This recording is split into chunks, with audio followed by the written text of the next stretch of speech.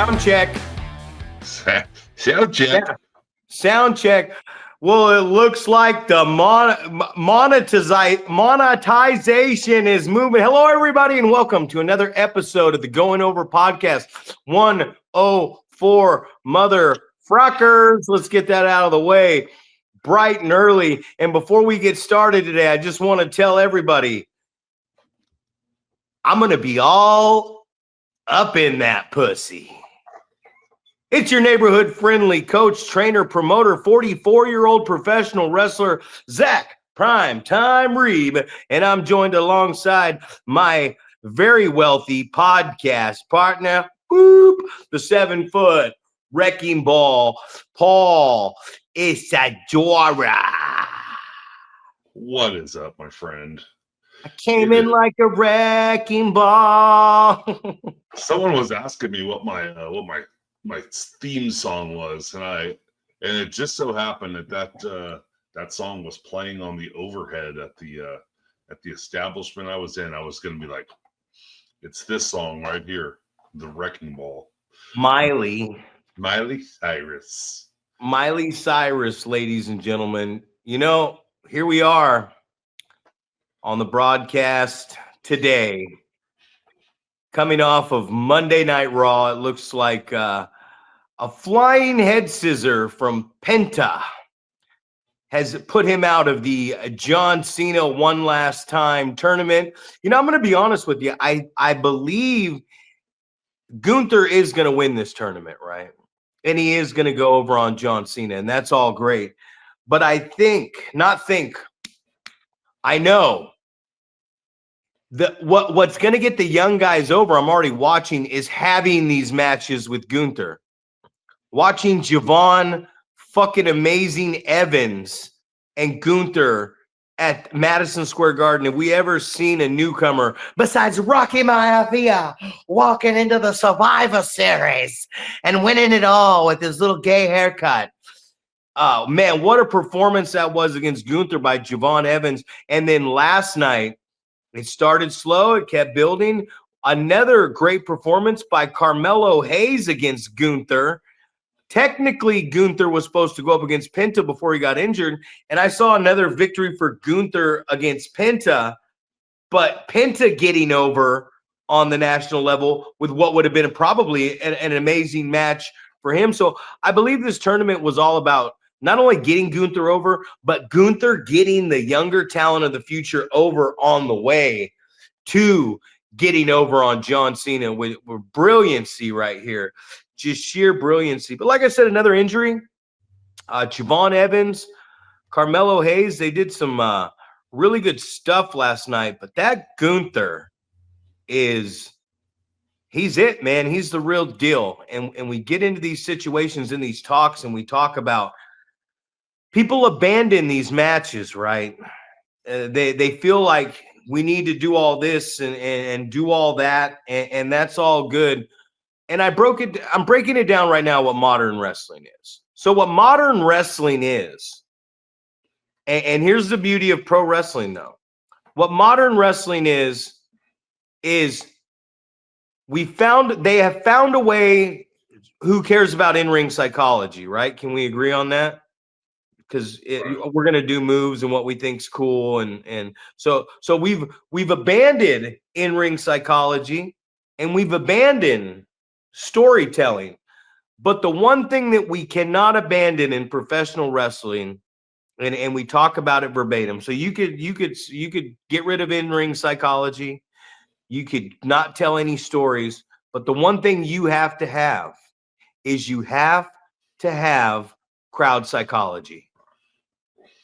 Because if you don't, then you're just doing all those moves for no reason. So the modern wrestlers have figured out when to do those moves and get this ear for the crowd. We can train all day long and teach in-ring psychology. We can train all day long and coach and teach these guys how to do moves, how to wrestle, all this stuff. But there's only one way to learn crowd psychology, and that's getting these young wrestlers out there in front of live audiences. That's exactly right, man. So but obviously then there's the argument of, you know, are they learning what they're supposed to be learning when they're out in front of these crowds? Um, if they're just putting together a match and they're just going to go from step A all the way to step Z, are they going to learn what they're supposed to be learning? Are they going to get an ear for the crowd? Are they going to establish those type of things? Are they going to start being able to, get the crowd involved?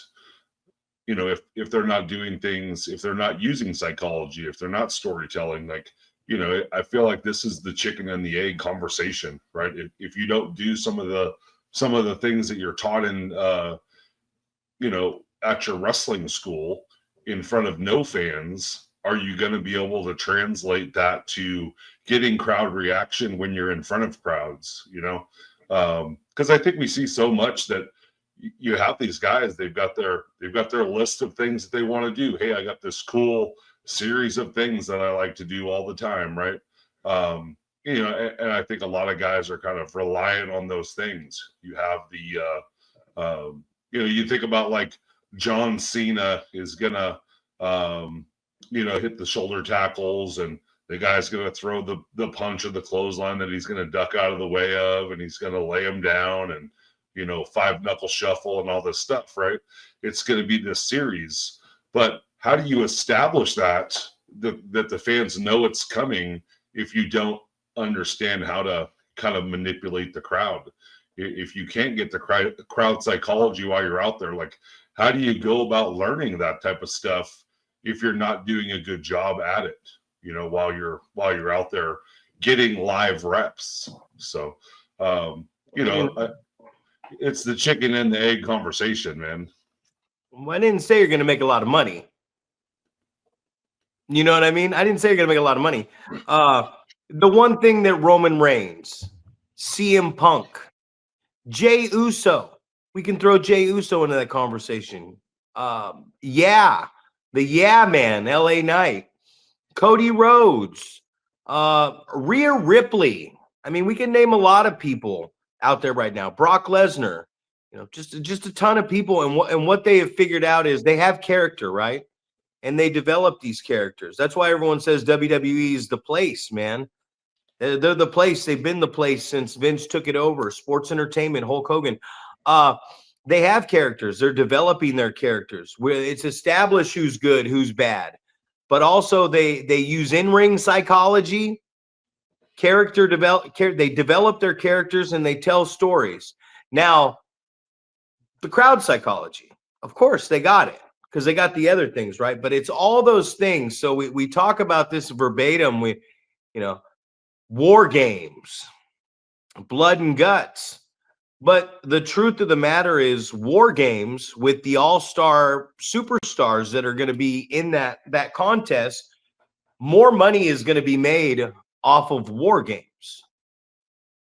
More merchandise is going to be sold off the Survivor Series, whether it rains outside in that big building or whatever. I saw a little clip of it yesterday, but just my point I was trying to make is, though, that like with the modern wrestling, we've drifted away from storytelling. We've drifted away from developing the character and the conflicts between these guys, resolutions, arcs of stories or whatever you want to call them. But I was just thinking about modern wrestling and what it is. And they're not worried about the storytelling. They're not worried even about the in-ring psychology. They're worried about, but they can't get away from crowd psychology. I thought that was really cool, though, when you think about it, because it's like you still got to throw the baseball, right? You still got to use the baseball, basketball, football, soccer ball, puck, all that shit, tennis ball, golf ball. You still got to use it. You still got to play the instrument. But what I thought was funny was you can't get away from the crowd psychology. Even if you're going to do a bunch of moves, the guys nowadays that are successful, your Will Ospreays, your Ricochets, your Young Bucks, your Hangman Pages. There's guys in WWE too. I'm not trying to make it exclusive to AEW, big indie stars, and there are a lot of guys that still do all that and are very successful. But what I mean is in today's modern wrestling, what modern wrestling is there's no storytelling, there's no character, there is no in-ring psychology, but they have figured out a way live out there with their ears to figure out the successful modern wrestlers how to do it. So it's to me, it's still cool that you can eliminate everything on the table, but you cannot get away with not having crowd psychology. So that's here to stay, ladies and gentlemen. And if that's here to stay, then there is still a chance that we're going to make some big bucks in this business. I always go back and I wanted to talk to you about this. We talked early on in the Going Over podcast, and we talked to a guy we had on the show twice. And, one of my students, great friend of mine, great friend of yours, just a great guy in general, man. And he's figured out, besides pro wrestling, how to use pro wrestling as a ramp, you know what I mean, as a launching pad to a career he has now. And AJ Kirsch was talking to you, and I remember him talking to you about Hood Slam, and I remember him talking to you about the Jolly Green Giant character. And we were very just so deep into this. This has to look believable, right? And AJ told you, he said, yeah, it does have to look believable. But the Jolly Green Giant character was joking around.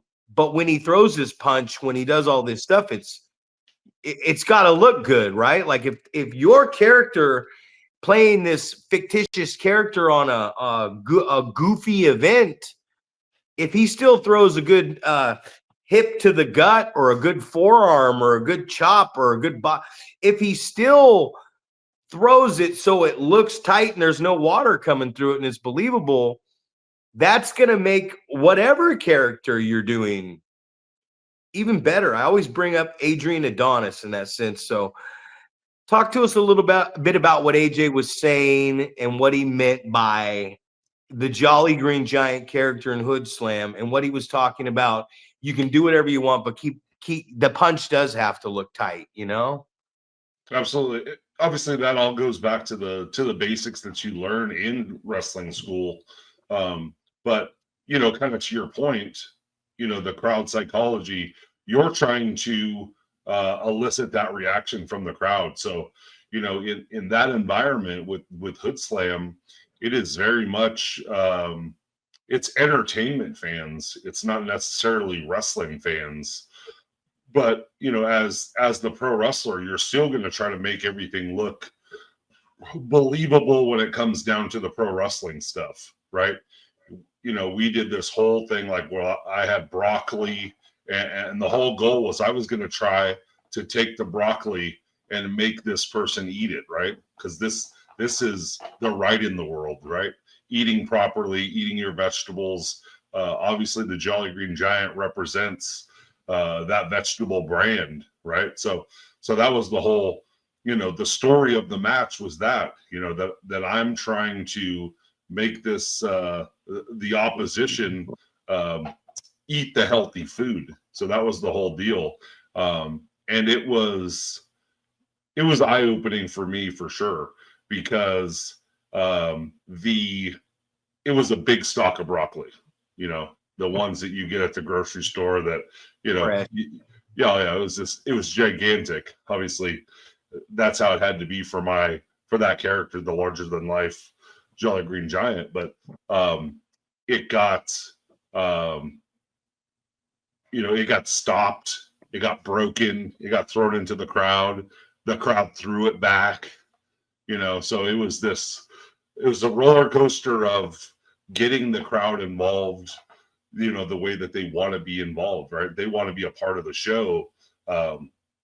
So that's such a huge part of the that crowd psychology. You're trying to give these fans what they want to see, and trying to figure it out on the fly is scary, but it's also exhilarating, right? It's this thing where when you hit it, when you're like, boom, I got it, then it's like, it's so much more fun than when you go out there and you go, fuck, man, I don't know what they want to see, what's going to get them to react, things like that. But kind of getting back to the combination of the entertainment value, which obviously AJ has his finger on, right? He's got his finger on the pulse of that entertainment value, whether that's, being a pro wrestler, which I think his in-ring stuff is over at this point, and I'm sure unless he gets an offer that he can't refuse. But he has transitioned that so well into being an MC, being a official at a wedding, all of these things that he's taken that what he learned from crowd psychology in the pro wrestling business, and he's just taken that and gone all these extra steps with it. And it's awesome to see that what he's doing with what he learned from the base, the base of pro wrestling, right? So but yeah, it's exciting to see that type of stuff, but it just goes to show you that it's all intertwined, right? To your point, you have to be able to get that crowd engaged. So you have to have kind of the psychology of knowing what's going to make them react, what's going to make them sit on their hands. How do I get them to react? So, and obviously it's full circle, man. AJ figured it out a long time ago. I would rather get the crowd engaged vocally than with my body. And we go back and we talk about those things all the time. It's like, man, let's be honest. I should be all up in that pussy right now. That's my new catchphrase from here on out. If somebody says something to me, it's, man, I should be all up in that pussy right now. That's going to be my new thing here on the podcast. Shout out to the young men and women out there who give it to us straight from the hip. But I wanted to talk too about we're on this psychology thing, but I wanted to talk about Dickie Dakin real quick. I want to talk about this kid. This kid, after snapping his tibia and fibula and ripping all the tendons off the bone, was in the locker room and he's banging on the thing. He's not crying. He's not whining. He's like, I let Zach down. I got storylines to do. He's in the hospital saying the same thing. Last Thursday, he came to class. He's already wheeling himself and he's already crutching around. And his mom's like, calm down, kid, calm down.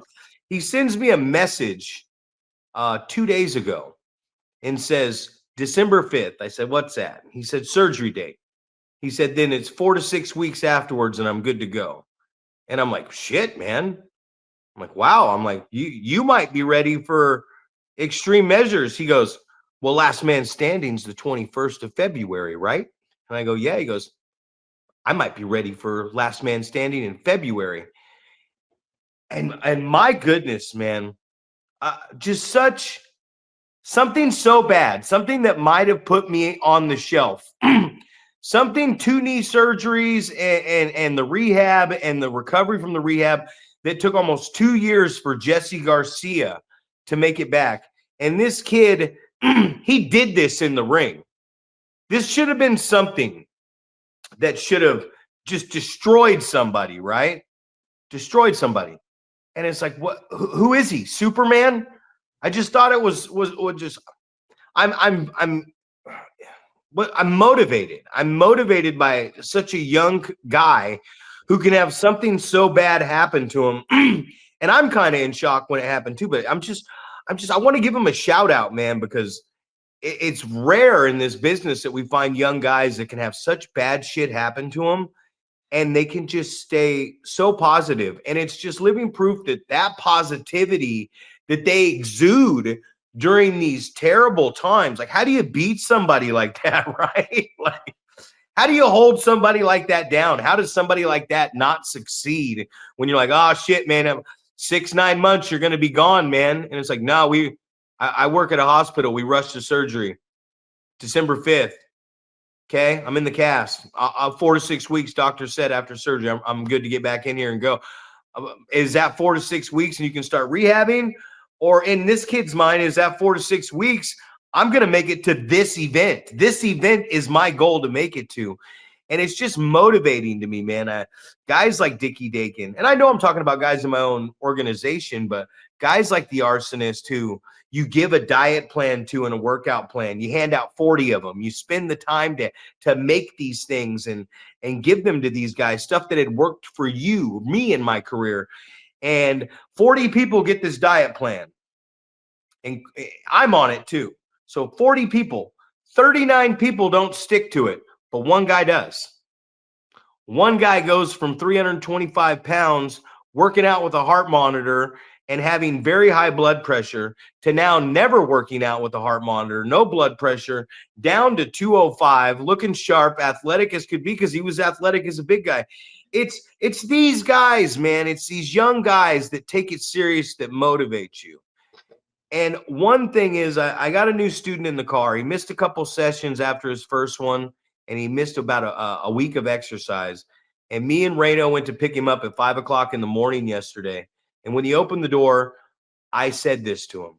I said, hey, man, are you wasting my fucking time? I like you. I like your family. I like you.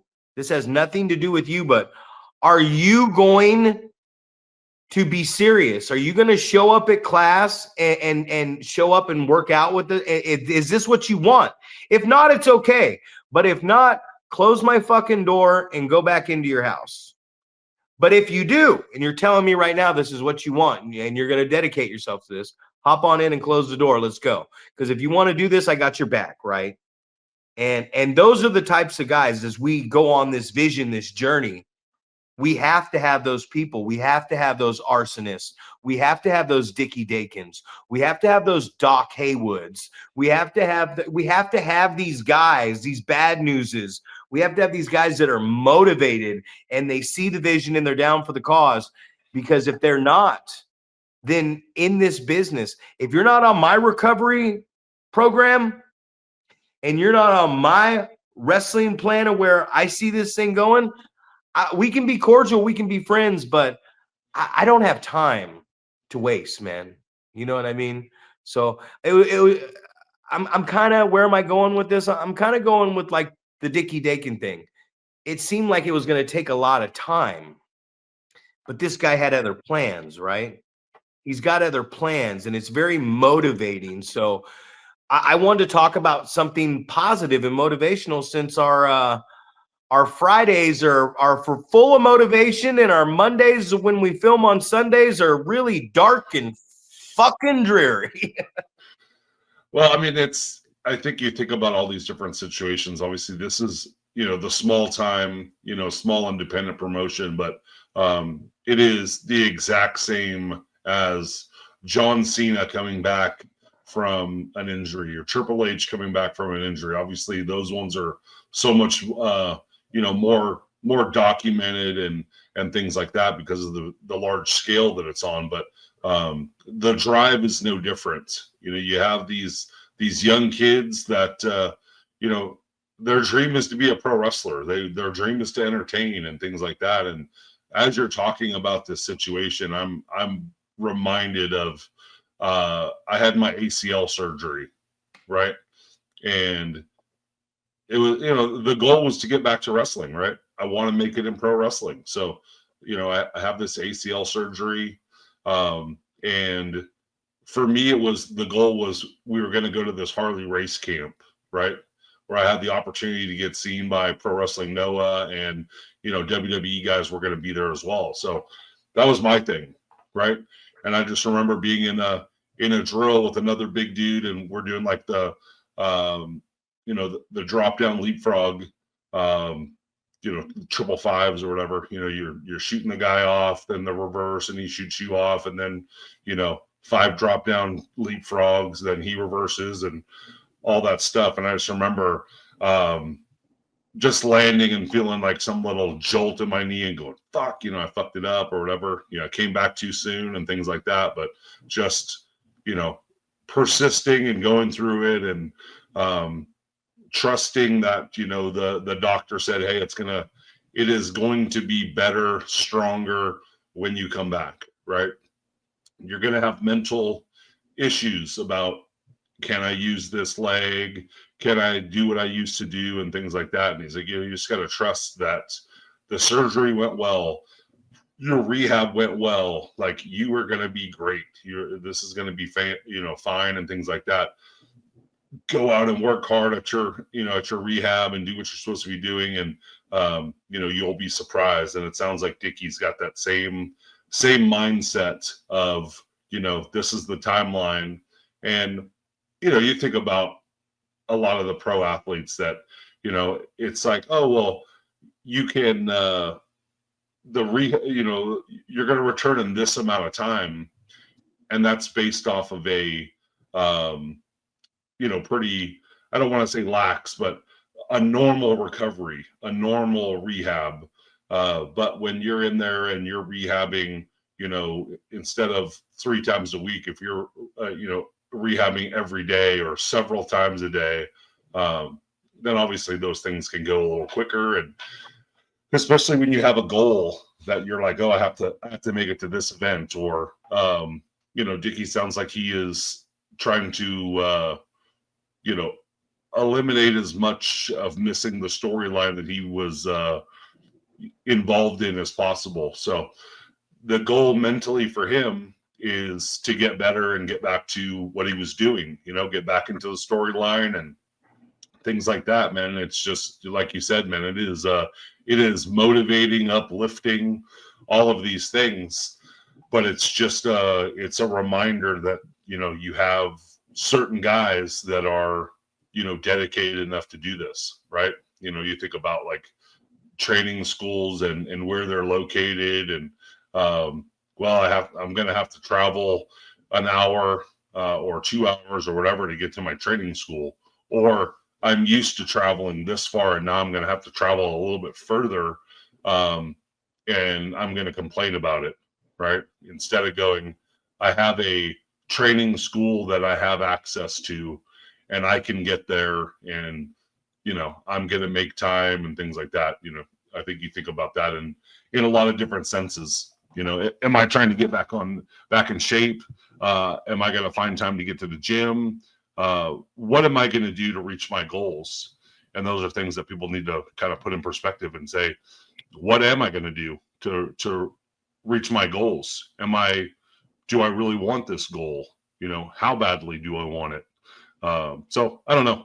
We look at pro wrestling a little bit different than a lot of other people, because of how passionate we are about it, and we don't understand why people aren't as passionate. Why don't you want this pro wrestling as much as we did when we were that age? I don't know. I often talk about the having a wrestling school in Reno when I live in Reno, right? Like, how fortunate are you to have a wrestling school close by? And I was so naive. I remember at the beginning thinking, the promotion that you're wrestling in, that's the city that you live in, and then finding out that that's not quite what's going on. I mean, you've got these guys traveling long distances to get to training twice a week and dedicated to being there. And those are the guys that they're gonna make it to whatever extent they're looking to make it. So definitely motivational. Well, that's where I get why people would go to the closest place, right? Like, I get it. It's near you. It's what you can do. When you're starting at a wrestling school, and this is the truth, you have a way of life you're living. Whether you're starting late and you have a family, or you're young and you have a family, or you have a full-time job. For somebody who has a full-time job and they're getting up, not the 9-to-5 banker job, but like my case, I would get up at 4, I'd be to work at 5, I'd be off by 3:30. Okay.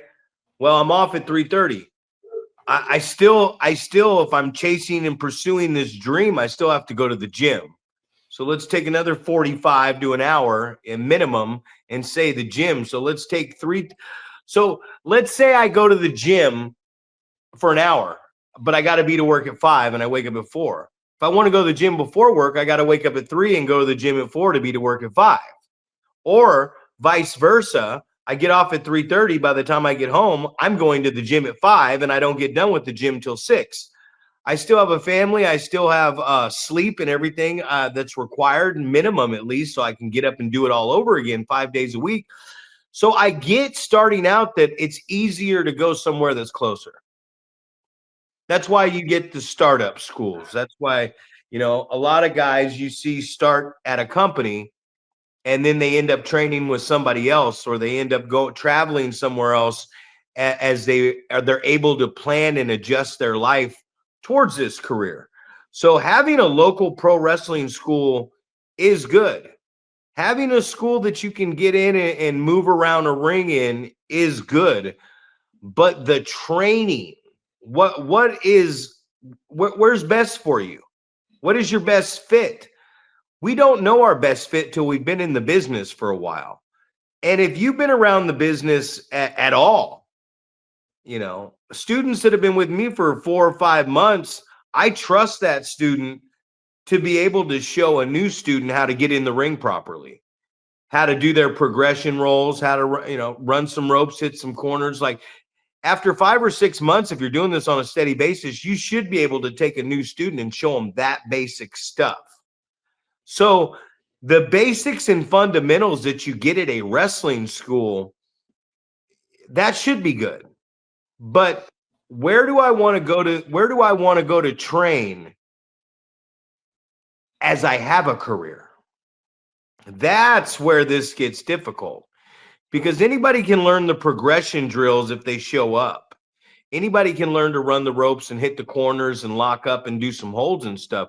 It's now, where does my education go once I'm there?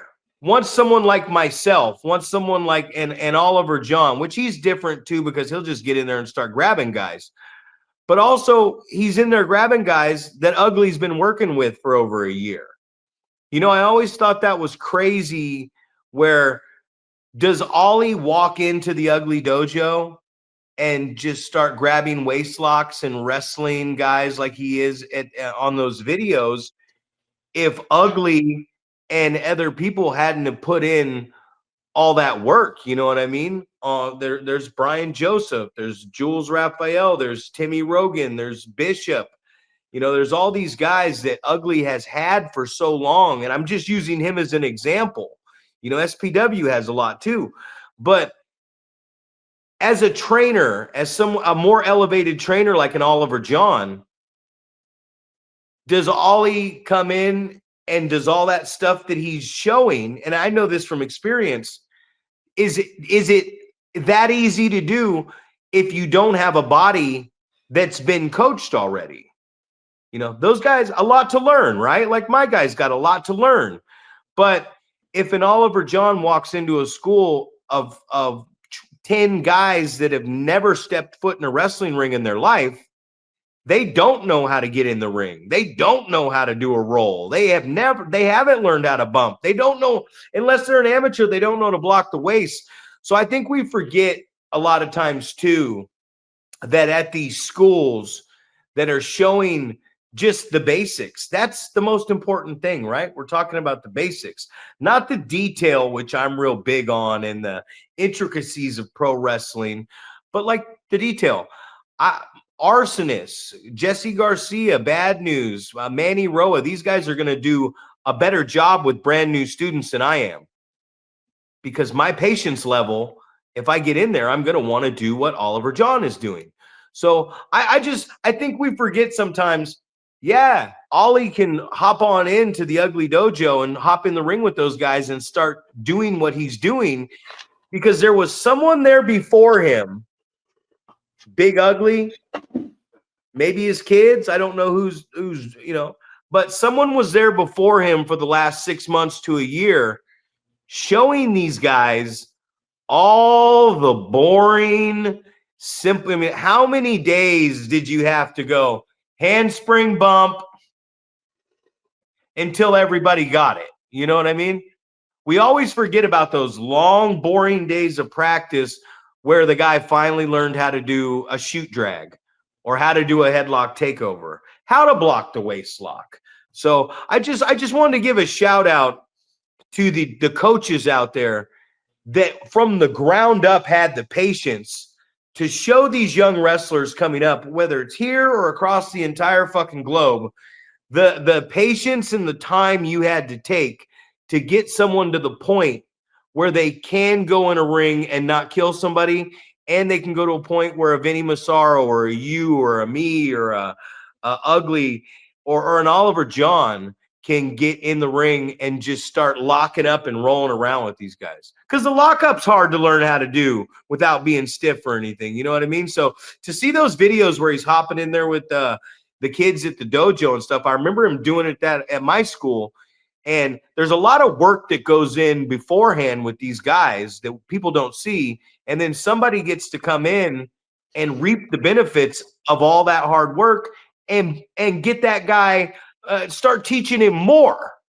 But he didn't teach them all that tough stuff. So I just want to give a shout out to the coaches out there that have to deal with those long, boring, depressing days of like, again. Sorry, man. That was, I should be all up in that pussy right now. It's reminiscent of, Adam wanting to get in there and roll around with the guys after they had, got a little bit of training. And I remember that from when I was training as well. Like he had later said like, oh, I should have gotten in the ring with you a little bit more when you were early on in the business just to get more reps and stuff like that. But I think, you're around for a while and that's kind of what you want to do. So, let's wait till all the basic stuff is learned. Then I can grab a hold of the guy and I can do some stuff with him, more advanced, elevated stuff. So I totally understand that. And it's definitely, you have to have the patience to get these guys from the ground up when it's super frustrating. When you have people who can't do a forward roll and you're just like, did you never do a somersault as a kid? Like what's going on? Like I thought that was just like a real basic thing that, everyone did as a kid. Like you did somersaults and you tried to do cartwheels and front flips and things like that. But it is not quite the case in many situations. It's like there's no body control. Like I don't know, man. It's something for me to think about. Like some people get into the wrestling business and they've never played team sports or individual sports or anything like that. And it's like, what is the expectation when you come into the wrestling business? Like, what are you thinking is going to happen when you get into the ring and you have to do some of these things? Like you're not prepared. I don't know. And we've had this conversation before as well. Like, what are people doing when they're thinking about, oh, I'd like to try pro wrestling. I've always been passionate, or, I've always been a fan or whatever. What do you expect when you first walk into a wrestling school? Are you expecting it to just, come easy? Oh, I see these guys doing it on TV. It looks, it doesn't look like a big deal. I'm just going to get in there and I'm going to be able to do it immediately. And then you quickly find out, in many cases, obviously you have those students that they get in there and they pick it up immediately. And, you just wish you had a class full of those kids, but unfortunately that's not the way that it generally works. You have to, ease some of these people along and like, all right, this is how you're going to do a forward roll. This is how you're going to control your body and not kill yourself on your shoulder rolls and things like that. So, I don't know. And I always find it amusing, like when you're having people do rope bumps and things like that, because I remember watching people do that back in the day. And it's like, I remember specifically a guy that was like all tatted up and stuff. And, he's falling, this far because he's leaned back so far. And it's like, okay, you're going to fall this far and land on your back. And he was just frightened. He couldn't fathom it mentally that he was going to have to fall. And like, dude, you've got all these tattoos, man. You had to experience some pain when that was happening. Like, falling on your back from 4 or 5 inches off the mat is not going to be it. be as anywhere as painful as that. I'm assuming. Well, Having no tattoos myself. Garfield. I saw Garfield bumping up there in Boomtown, and he was landing on his butt and his lower back. And I had him get to the point with his hips up on the middle rope where he was that far. But when he let go and landed, he was bumping right. So sometimes it can be a good start, man. It can be a good start. But man, I remember Ugly in one of his videos or blogs or YouTube, whatever, blogs, whatever it is online, saying, I'm getting older. So that somebody questioned him about some of the stuff he was showing and asking him this and that. And he said, well, I'm getting older. That's why I have Ollie come in. Hey, buddy, don't sell yourself short. You did all that. You had that patience and time to teach these. You got a couple handfuls of kids that got a lot of talent. And you took a lot of time to get those kids that probably wasn't a whole lot of fun, probably wasn't what you expected. And all that time you put in to get them where you wanted to get them so that someone like Ollie can come in and roll around with them and be able to help them along the way. It's like you said about Adam. I remember Adam telling the pro camp at Gym Wars when people were asking him questions, that he said it. He said, man, go talk to MPT about that shit. When you get better, I'll work with you in the ring. Like he even said that. He's like, I'll go talk to him about coaching shit. If you want to know psychology or what I think about something in the ring when you're ready, come talk to me. But he wanted no part of it. We talked about it on the broadcast. He wanted no part of it. He's like, fuck, Zach hey, Zach, if you're prime time, if you're so ambitious and want to take your time and bumps and you put your body on the line to show Jody Christopherson and Matt Carlos how to fucking bump properly and do this shit, feel free. Let me know when they're ready to do something in this business, and then I'll step on in at that point. And I see that a lot. And it's one of those things. And that's what I'm doing now. Thank God for Arsonist.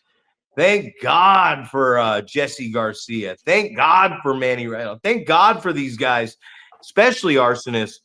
All these new guys that I got coming up that are really talented. I told him the other day on the phone, I call him coach.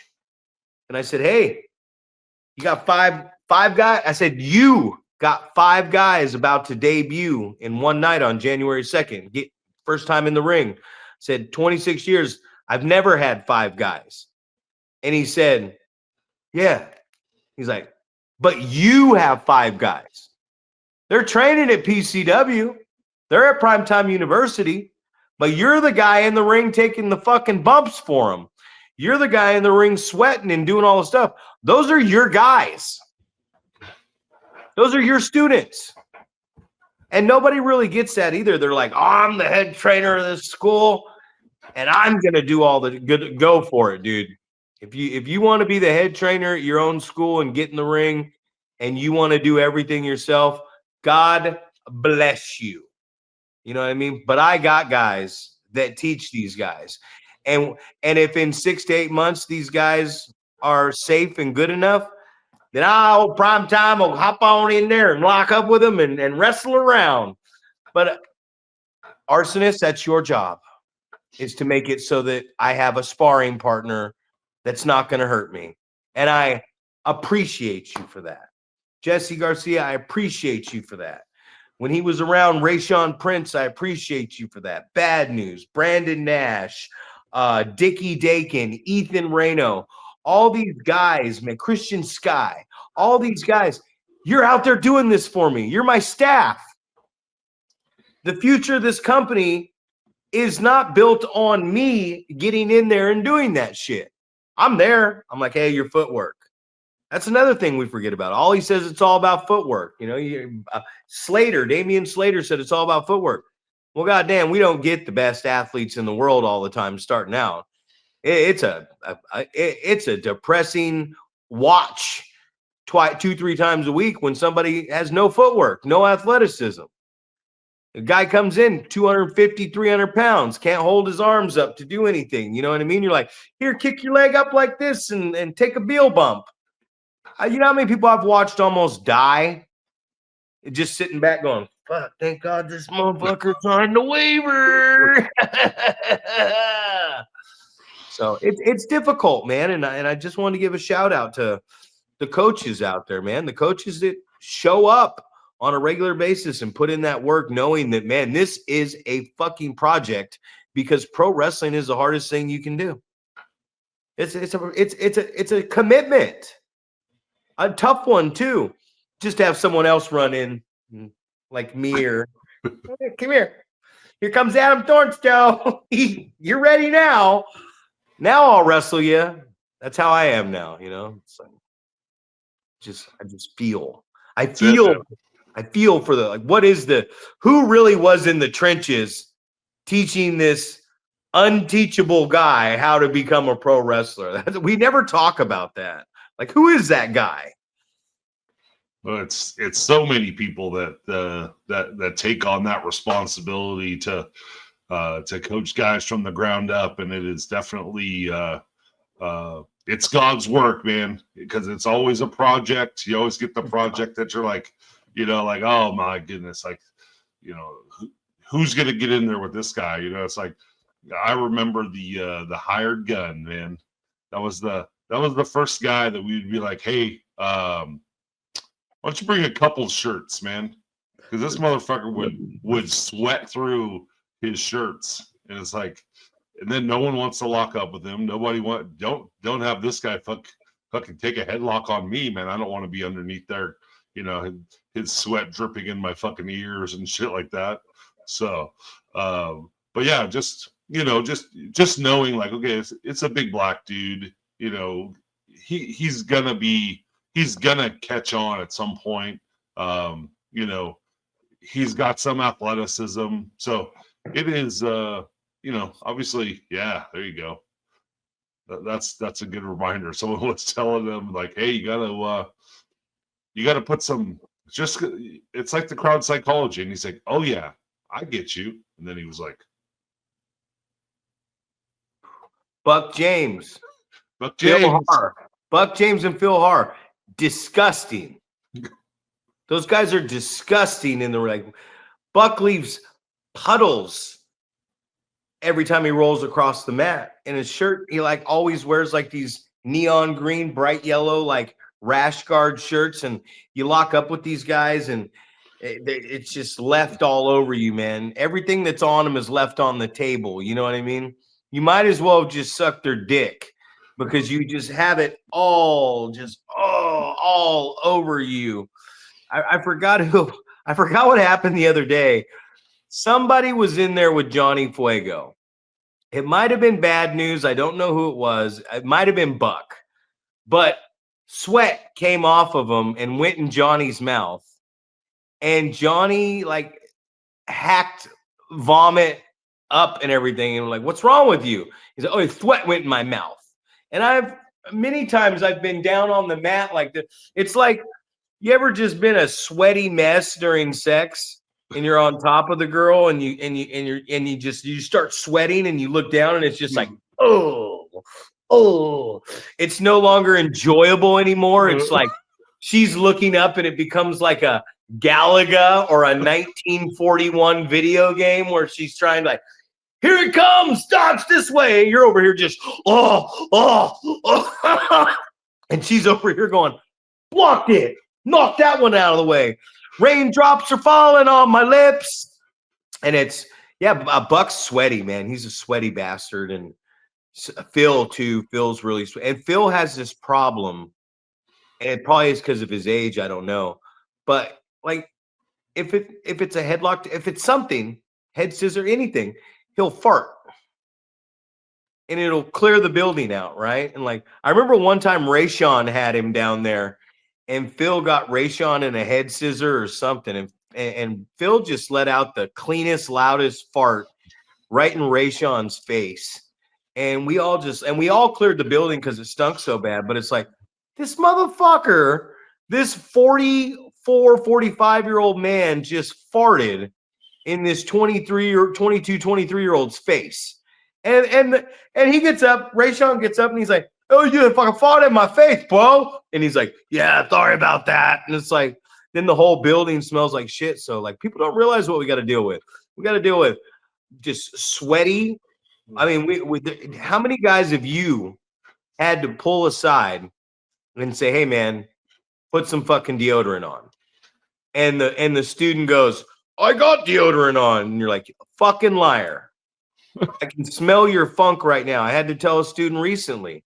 He's putting it on now, but I had to tell him recently. I'm like, hey man, like someone's gonna be pretty pissed off if you lock up, grab them in a headlock, and now they got funk all over their face. I remember Pat Abbott back in the day. Remember old P Daddy? He's the other guy that shit his pants besides you in white clothes. I remember Drake Frost in Reading hit P Daddy with a senton and landed right on him, and P Daddy just fucking like a ketchup packet shot shit all over the ring, just squirty shit everywhere. Came out just like the packet. But I remember we came to class one day in Orville, and I was whipping guys in the corner, and I was charging them, showing them how to take a boot. And all of a sudden, I started smelling shit on my face. Dog shit. And I was like, what the fuck is that smell? Like, that's dog shit. Why is it on my face? And I go, hey, everybody, turn around and show me the bottom of your shoes.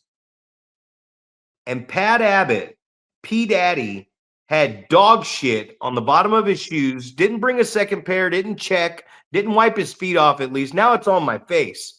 So I said, what size shoe do you wear? He goes, 11. I go, okay, that's my size. I said, give me your right shoe.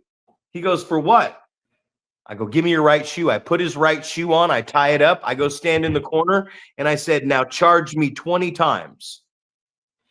And he charged me 20 times. And every time I shoved my foot in his face with his shoe with his shit on it. Because if you're going to have shit on your fucking shoe, and it's going to end up on the coach's face, I don't care if you wore a size 4. I'll squeeze my little toes in there. I'll tie it off with a rope, man. Come running. You're going to get shit on your face now, pal. You know, it's like I tell the guys, if I'm eating steak, no matter if you're broke or not, you're going to be eating steak too. If I'm eating top ramen, you're eating top ramen too. Unless you got the money, then you buy me a fucking steak. You know what I mean? Like, we're a team. If one of us suffers, so does the other one. If one of us prospers, we all prosper. If you put shit on my face, you're getting shit back on your face. You want to sweat all over me? I'm going to find a way to sweat all over you, or find somebody just as sweaty as you to put in that ring to fucking sweat all over you.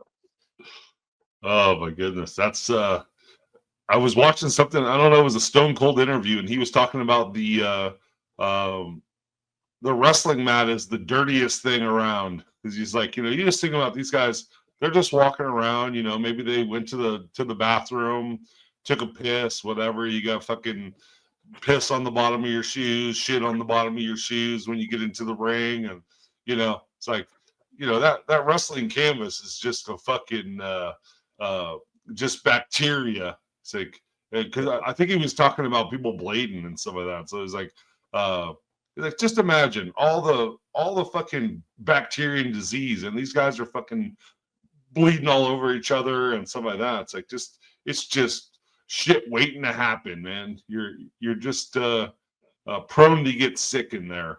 He's like, these guys that are just bleeding every fucking night with that type of stuff going on.